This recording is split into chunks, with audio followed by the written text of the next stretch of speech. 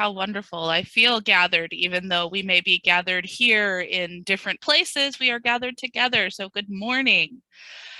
And I start by saying, as many of you may know, I have a baby in my house. And a lot of times this makes things fun and interesting.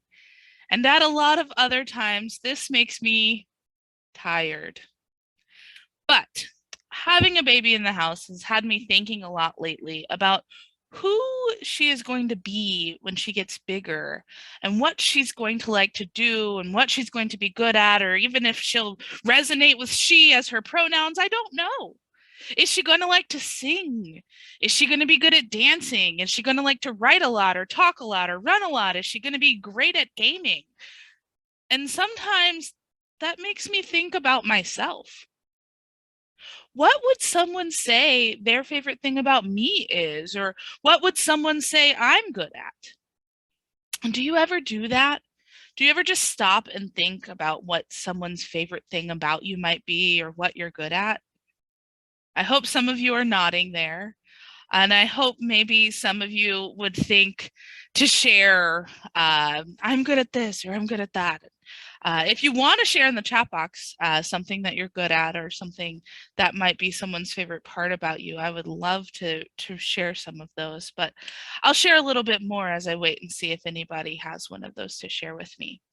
And what I'll share is that I have been lucky enough to get to know a lot of my children and youth friends at UUCC over the years.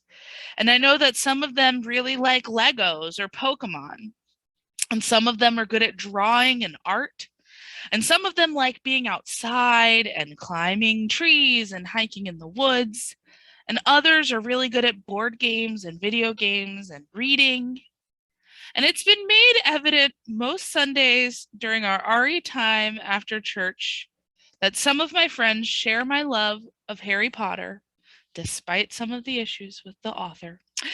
And a lot of my kid friends really like cats. And let me tell you, if you have never been to a virtual RE session, these kids really like cats. But I love learning about people and figuring out who they are and what they like and what they're good at. It's kind of like figuring out a puzzle. It's like looking at all the different pieces and thinking, how do they fit together? Right? Like maybe this person is made up of a love of cooking or a skill of drum playing or a lot of really corny jokes, maybe a passion of working against racism and oppression, right? And then maybe there's someone else who has that love of hiking or a skill of painting, or maybe a lot of random facts about bugs or a passion for preserving the Earth's resources. And each person is made up of these different pieces, but the pieces come together to make each perfectly made person. No one shared their pieces with me today, but I'm sure that they would be great if you did.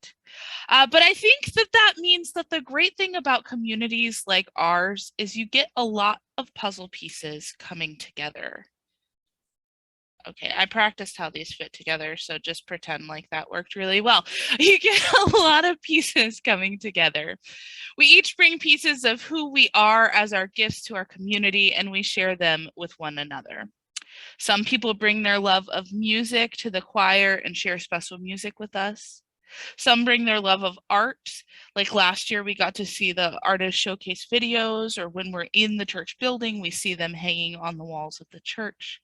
Some people bring their love of hospitality and they make sure we have fun things to do together, or that everyone has coffee or snacks.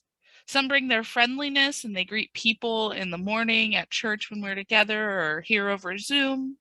Some bring their mathematical abilities and they count the plate on Sundays, and it's better them than me because I think they get the math right. But part of being in community is bringing who we are and sharing our gifts with one another. And in return, we receive gifts too. Kind of like a puzzle piece. There's something missing here, but when you put this together, it receives something too. So those gifts might be support when something big happens in your life. Maybe you get that from our church community. You might get new people to talk and connect with. You might get a place to feed and grow your spiritual self, or so many other things. It's like the hole in our own puzzle pieces are filled by the gifts that others bring to our community.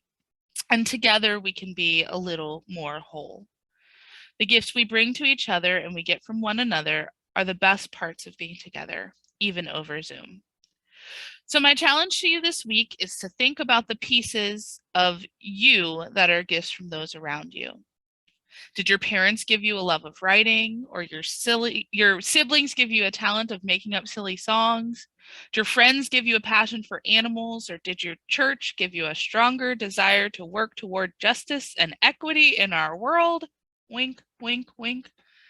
Then I want you to tell someone thank you for that gift that you get from them.